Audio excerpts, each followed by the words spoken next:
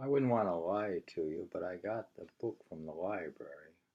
That's why I have to read it. See, it's from the library. I have to read it because I have to take it back tomorrow. So we're into forced reading by deadlines. I have a deadline in Zen. We're doing the Zen of the deadline. This is Zen and the Art of Tea. We're having not tea, but coffee. But actually I had the first thing in the morning was green tea from Fukuoka. Green tea from Japan. And this is, Suzuki says, Zen and the Art of Tea. Two Zen men were discussing Zen. One named Chokei Chi Hu Ling, 853 to 932, said, quote, even a fully enlightened arhat may be proclaimed to be still harboring something of the three poisonous passions, which are greed, anger, and folly. See, I've overcome greed and anger, but I still have folly. So this is my reading is my folly. Of the three poisonous passions, but as to the Buddha, he never makes an equivocal statement. Whatever he asserts is absolute truth. What do you say to this? Hofuku Paifu Suchan 928 asks, quote, what then is the Buddha's statement? Chokei said, quote, the deaf cannot hear it. Okay. What did Buddha say? To be brave. No, he said, what then is the Buddha's statement? His answer is, the deaf cannot hear it. This was criticized by Hofuku, quote, who you are coming down onto a secondary level. Quote, what then is the Buddha's statement according to your judgment? Quote, have a cup of tea, oh my brother monk. So the answer is to have a cup of tea. Mm-hmm. So we found the grand answer. And that's the end of this reading. Just kidding. Now we got the answer. The answer to all of Zen is to have a cup of tea. Tea drinking is quite an innocent deed, and we practice it in our everyday life, especially in the East. But when it is taken up by the Zen man, it turns out to be a momentous event that leads directly up to Buddhahood and its absolute truth. Ordinary-minded people may well wonder how such a transformation could take place even by subtle verbal tricks of the Zen masters. Do we need a Zen master to trick us into enlightenment? But the fact is that their world is not the same as the one in which ordinary-minded, sense-bound people live. This does not mean that a tree is not a tree in one world, and is a tree in the other world, though there is something almost like this in the Zen world, for in the latter, what is at once what is and what is not. The mountain confronting us, you and me, is a mountain and not a mountain. The pen I hold in my hand is a pen and not a pen. The Zen man sees things from this point of view. For him, therefore, the tea drinking is not just drinking tea. It comes directly from and goes deeply down into the roots of existence. According to Eckhart, quote, a flea, as it is in God, ranks above the highest angel in himself. Thus in God all things are equal and our God himself. Dear, is a flea equal to or higher than an angel? A flea. Flea. I have no idea. A flea as is in God ranks above the highest angel in himself. Thus in God all things are equal, and all God himself are God himself.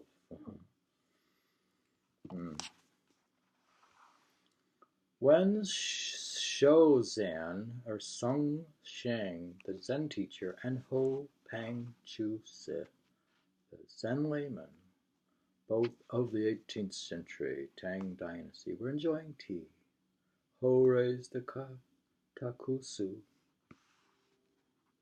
something like a saucer made of wood with the base the story is from. A saucer. He raised the saucer and said, "Each one of us has his, and why cannot he say something about it?"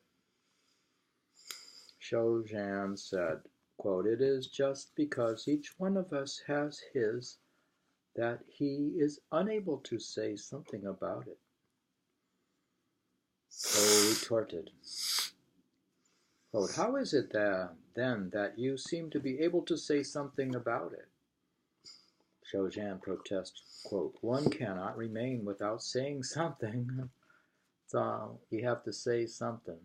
You cannot remain without saying something. Do you think we could exist without saying anything to each other?" We can try. I have to say something to you. So I have to read something to you this morning. So I'm reading about Zen and the art of tea. Ho said, quote, "There you are.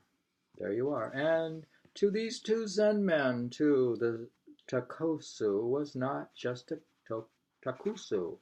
It had a far deeper signification than the one we, the ordinary-minded, usually attach to it. It is for this reason, briefly, that the Japanese make so much of tea drinking, as it were something mysteriously touching the very foundation of reality. In all likelihood, it is not, quote, "as if," unquote, but the thing itself. And the art of tea, we have an insight in the spirit of Oriental culture. Switzerland, do you see that? The Santa is the Santa moving on a sled. So it's almost Flying. impossible for you not to show me something. He says, "It is just because of one of us has his that he is unable to say something about it. You're unable to not share the internet with me. My phone, I'm unable to not look at my phone." The tea drinking that is known as cha no yu in Japanese and as tea ceremony or tea cult in the West is not just drinking tea, but involves all the activities leading to it, all the utensils used in it, the entire atmosphere surrounding the procedure, and last of all, what is really the most important phase, the frame of mind, or spirit, which mysteriously grows out of the combination of all these factors. You believe you understand the tea ceremony? You don't understand it. That's why we're reading about it, because we don't understand it.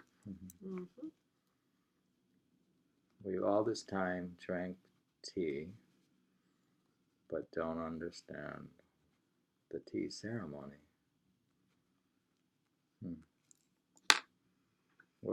We have a ceremony of reading and having coffee, so we're having the coffee ceremony.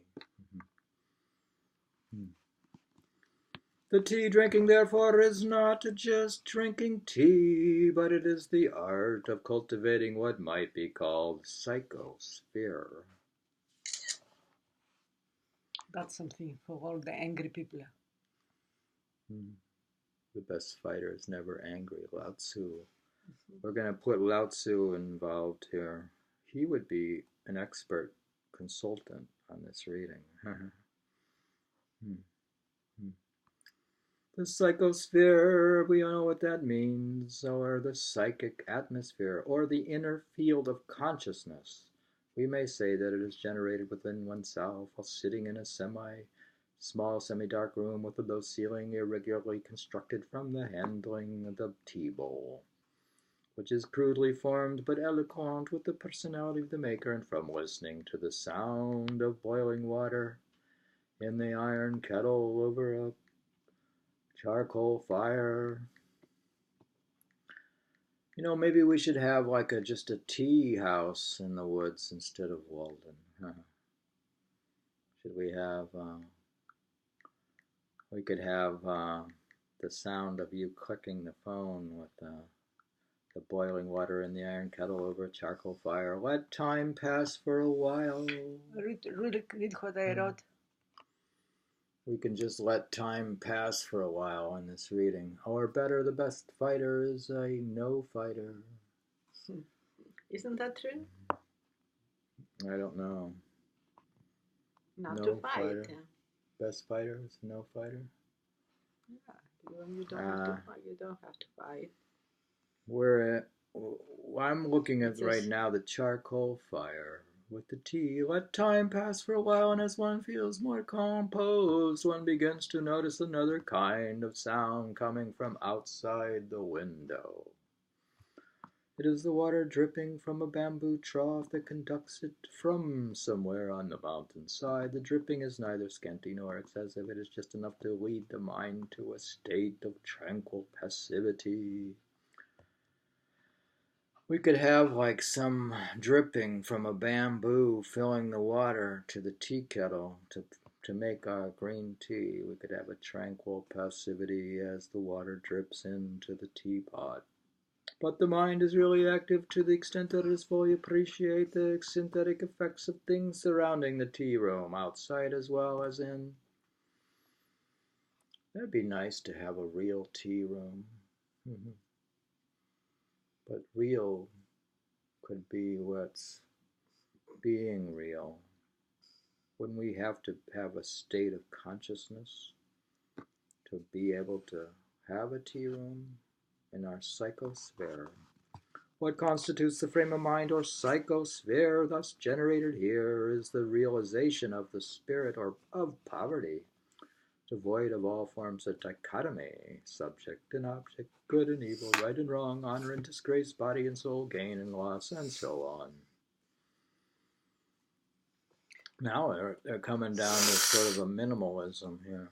Shogun Shikon, a Zen master of the late Tang Dynasty, gives his idea of poverty. Pin in Japanese, pin in Japan and China. Hin. Dear, what idea of poverty is hin in Japan and pin. Pin in Chinese. So I could have like a pin and call it poverty. In the following stanza, quote, last year's poverty was not yet perfect. This year's poverty is absolute. In last year's poverty there was room for the head of a gimlet. This year's poverty has let the gimlet itself disappear. My God. Do you think my poverty has increased over last year? Did I increase my minimalistic state by getting rid of more things? I'm accumulated new things, right? I'm an accumulatory shopper. Accumulationist philosopher. We're all pretty much materialist in the West. That would be our default philosophy. The poverty that permits no room for anything, even for the point of a needle, is what is known in the philosophy of Prajna Paramita, Hanya Panjo, as emptiness, Sunyata Ku Kung, and the principle of the tea ceremony is based on it, for Saba or Waba is no other than the aesthetic appreciation of absolute poverty. Saba and Waba, Wabi. You see, sabi, dear, we had countered that word, and wabi. They were both in haiku, remember? Haiku is kind of economical, right? Mhm. So now we're trying to apply haiku to drinking our tea. We could have sabi wabi with our tea and our haiku. Sabi wabi haiku tea. We're having today sabi wabi haiku tea. And me. With me. Are you having sabi wabi haiku tea with me? In passing, it is of interest to note this connection that Meister Eckhart's notion of poverty, Armut, didn't Coco Chanel have a sense of minimalism in Chanel number 5? Haiku's notion of poverty exactly coincides with Kyogen cited just above. In one of his sermons, Eckhart refers to one who is godly poor, for God can find no place in him to work in. This man is object-free in time and in eternity. There are two objects, one is otherwise, the other is a man's own proper self. This kind of man who is free of objects, that is free of the dichotomy of subject and object, is an abodiless man living in emptiness. True poverty of spirit requires that man shall be emptied of God and all his works, so that if God wants to act in the soul, he himself must be the place in which he acts. It is out of this absolute poverty, cherished by Meister Eckhart, that we also have the philosophy of tea. All right, it's like Eckhart is a Western mystic who kind of gets it. Is he one of the greatest mystics of the West? It seems like he's growing to that level. Meister Eckhart. Oh, I'm exhausted with the phone. The phone exhausted you? Mm-hmm. Why don't you have some green tea? We're having green tea.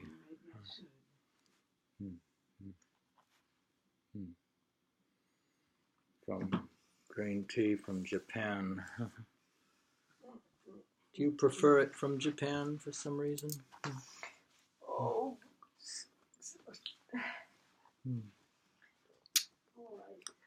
It is indeed out of the emptiness where there is no place, not only for God's creatures, but for God himself, because the emptiness is God and God is the emptiness. In other words, out of nowhereness and no timeness, that Soshu, Hofuku, Ho, and the other masters of Zen sip their cup of tea. I guess we could become empty and then sip tea. Would we first sip tea, then meditate, then sip tea, or just meditate, then sip tea? Or sip tea, then meditate, then sip tea, then meditate? Or the philosophy of tea is thus the philosophy of poverty, of sunyata, or emptiness. When this is understood, we know where the Japanese enjoyment and appreciation of tea originates. Actually, I read that these Chinese monks and Zen Chinese monks started actually green tea, I think. You have to go to the Zen's Chinese heritage. In Zen's Chinese heritage, it actually, I think, started in China. So, have the Japanese learned everything they know from the Chinese? In this respect, the ancient Japanese poem by Fujiwara Sadei, which is quite quoted by the tea men as their motto, is significant. Quote, as I look around, no flowers, no maple leaves, the fishing village this autumnal eve. The desolation, however, is not just a stretch of sand and wilderness. One is not standing against an expansive illuminable sea, for something of a spring is already seen, awakened behind the deserted boats and under the torn dragnets aired along the sea beach. To those who are forever longing for flowers, oh, how I wish to point out green patches in the snow, fully expressive of the early spring. To an observing and discerning eye, the desolate wilderness of the late autumn already promises something of the coming spring, and every fallen leaf piling out on the ground, every withering blade of grass which has sheltered all forms of the singing insects is already seen, preparing and renewing life. Abhiju says, the water that fills the kettle is drawn from the well of mind, whose bottom knows no depths, and the emptiness which is conceptually liable to be mistaken for sheer nothingness is in fact the reservoir of infinite possibilities. Do you ever have a sense of the spring like in the middle of winter? Like say February, it's still really winter, but your expectation is for spring. So spring can start happening just in your mood or your sense of anticipation of spring. In the desolation of the late autumn, we detect bits of what Sekko Shicho, Zen poet of the Sung dynasty, sings of. Quote, the spring mountains covered with layers of most variegated colors, and the spring streams fancifully laden with the reflecting images. The tea man sitting alone in his tea room is the one whom Sekko continues to depict as standing by himself between heaven and earth, facing infinitude of beings. Primarily, the spirit of tea is aloneness.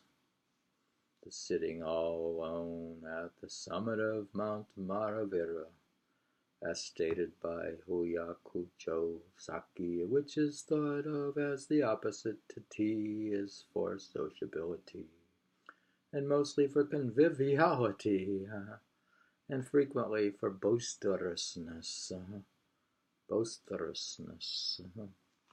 Dear, we encountered the word conviviality in Thoreau and Walden as necessary for philosophy and clear-headedness. You have to have clear-headedness and conviviality for philosophy in Walden Pond. Tea is aristocratic, sake is democratic. Interesting. You hear that? Tea is aristocratic and sake is democratic. I guess so. If you want to be in politics, you have to drink sake, right? But we're not in politics. So that's why they're messing up, eh? You have to drink alcohol. Why politics is not doing well. It's not possible. The government is not. The only way to cut a deal in politics is to drink sake. Tea is aristocratic and sake is democratic. Tea is not so expanding and non-individualistic as sake. It is introvert and self-collective. Huyaku Lipo, the great poet of the Tang. Lipo, we heard of him. He is a poet of the Tang dynasty, Chinese, was addicted to sake and could not produce his creative poems without its aid. When the tea man is inspired, his works are concentric or centripetal. When you drink tea, dear, you become concentric and centripetal, which means you go into yourself full of a contemplative thought. So it's for meditation. So now, if you drink tea, you have to meditate. So sake is best imbibed in company with sympathetic friends, but tea will be sipped all alone in the traditional room, 10 or even 6 feet square, in a secluded corner away from the crowded places. So in your meditation room, you can have tea all alone.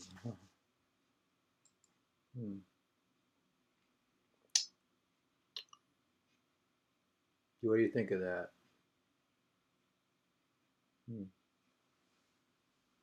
That's true.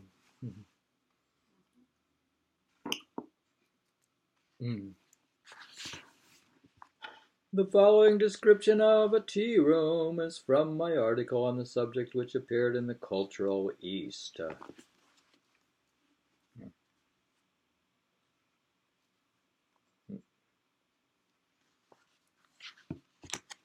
1945. The tea room is symbolic of certain aspects of Eastern culture, especially of Japanese culture.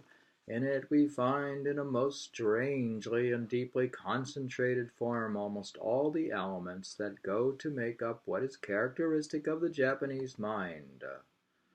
Statically viewed as to its dynamic aspects, there are only a few signs betokening them in the tea room, where even movements are so controlled as to add to the quietude generally prevailing here.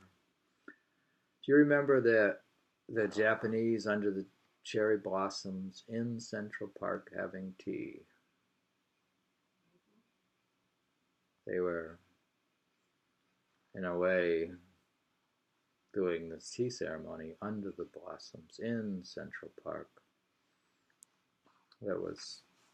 The room is small and the ceiling not at all high, and even for the stature of an average Japanese, it is devoid of decorations except in the alcove, where a kakimono is hung, and before which stands a flower vase containing perhaps a solitary flower not yet in full bloom.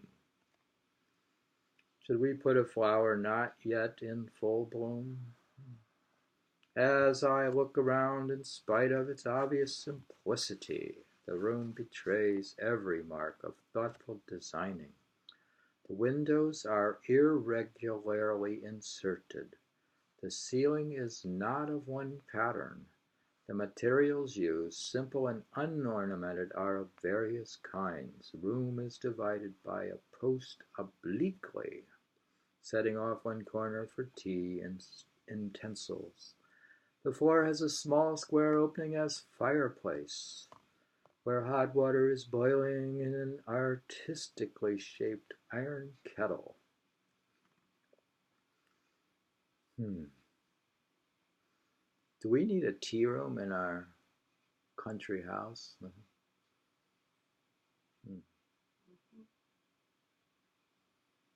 And an iron kettle with a fire in the middle? But in Walden, we wanted an open fire. Now, the papered shoji covering the windows admit only soft light, shutting off all the direct sunlight, which, when it is too strong for the tea man's sensibility, is further screened by a rustic sudari hanging just outside one of the windows. As I sit here quietly before the fireplace, I become conscious of the burning of incense. The odor is singularly nerve-soothing. The fragrant flowers produces a contrary effect on the senses. The incense wood, I am told, comes from tropical countries and is taken from old trees lying buried for a long time in water. Do you think that we should have incense from old trees buried for a long time in water? Or should we just burn Chanel number 5? Or put on Chanel number 5? What do you think? Thus composed in mind, I hear a soft breeze. Should we have like a zephyr, like a soft breeze? Soft breeze passing through the needle leaves of the pine tree. The sound mingles with the trickling of water from the bamboo pipe into the stone basin. What we could have is like the water trickling in from a bamboo pipe, and the wind would rustle its way. The wind could blow past into the pine tree. The flow and the breeze are rhythmically and soothing to the mind of the sitter inside the hut. In fact, they stimulate his meditative mode to move on to the bedrock of his own being, of his being.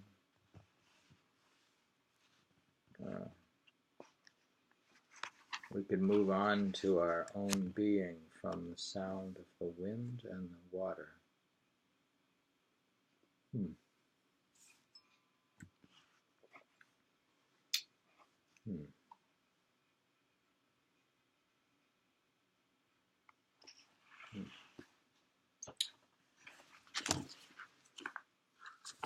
How do you move on?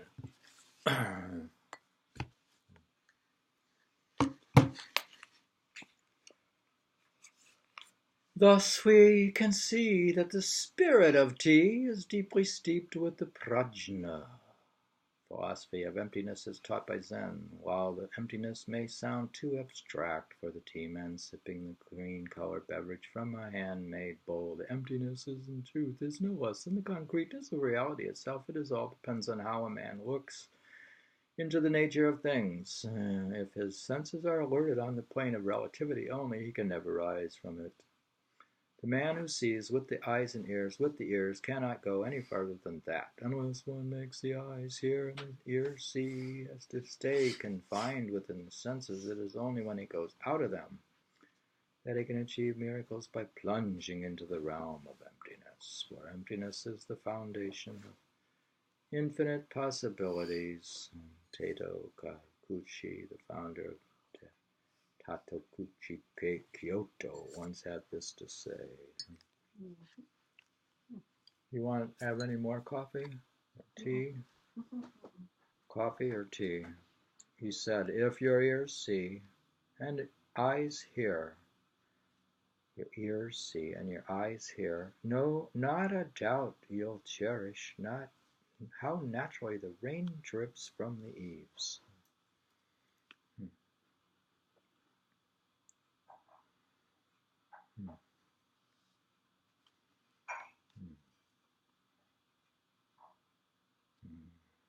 This we can best understand when we know the history of tea. Tea was first imported from China to Japan towards the end of the 12th century by a Zen monk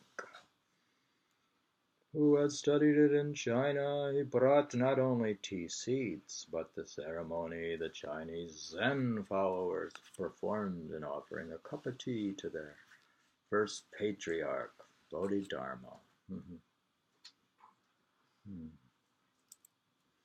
We're getting to the root of tea here. Maria didn't come yet, and she promised to cook them. But when mom comes, but we doubt. I don't know. Do you think we need, this is almost out of memory. I mean, do we need anything from the farmer's market? I don't know. No? Maybe that milk bread you like to get. Milk, Mom likes milk bread? Yeah, so she can take it with her. Milk bread. I'll go get Mom for Christmas milk bread. Milk bread.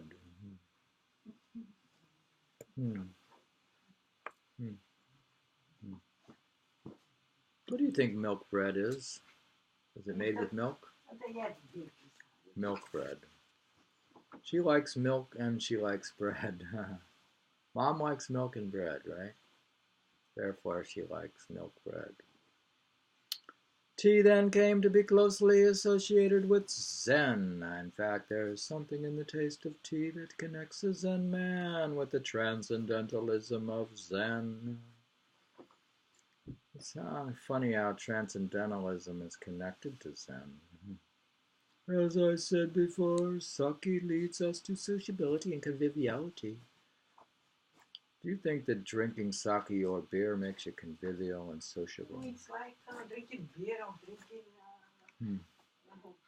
all those alcohol drinks. They do the same thing, you know. You just loosen up a little bit and you're not... Loosen. Yeah. But I thought that this human resources departments of companies was doing away with the drunken corporate Christmas party, and it was leading to too much trouble. They shouldn't have. I mean, Christmas shouldn't be associated with.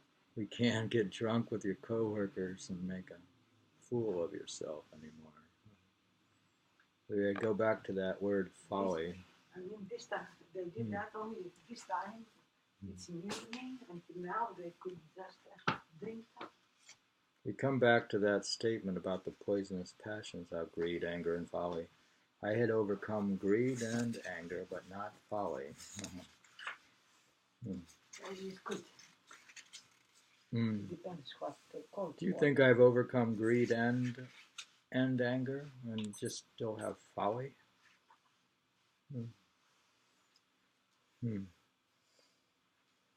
I'm a conscious believer in folly, though. It's good to have a little folly. It's good to have some folly. If I didn't have some folly, I would have too much virtue, which would then lead to folly.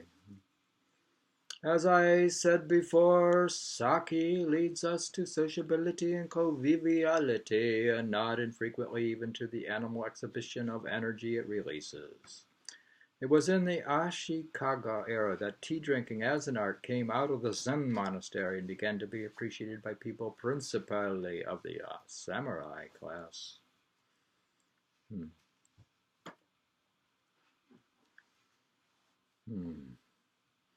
Dear, do you know that one emperor was the emperor was into Zen, and he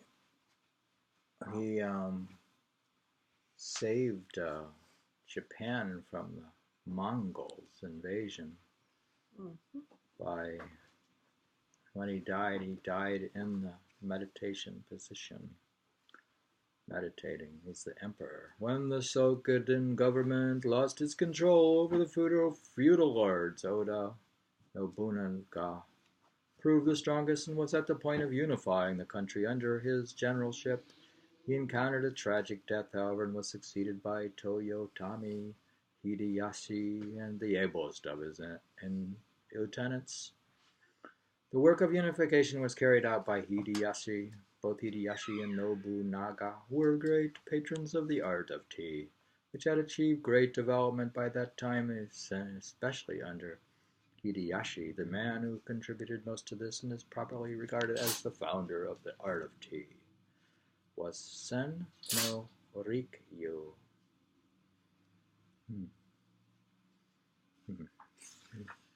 This is all very good stuff. We're going to come back and read everything completely, not partially. Complete the whole book. Every essay of the Zen and the cultural and the Japanese culture.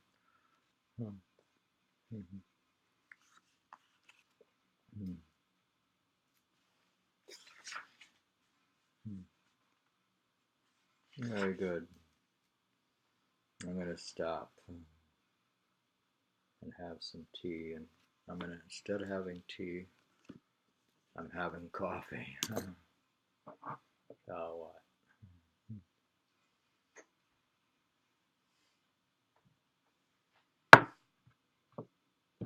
Any comment? Did you like the thing on tea? Not really. I think the main feature was that I was going to go get milk bread.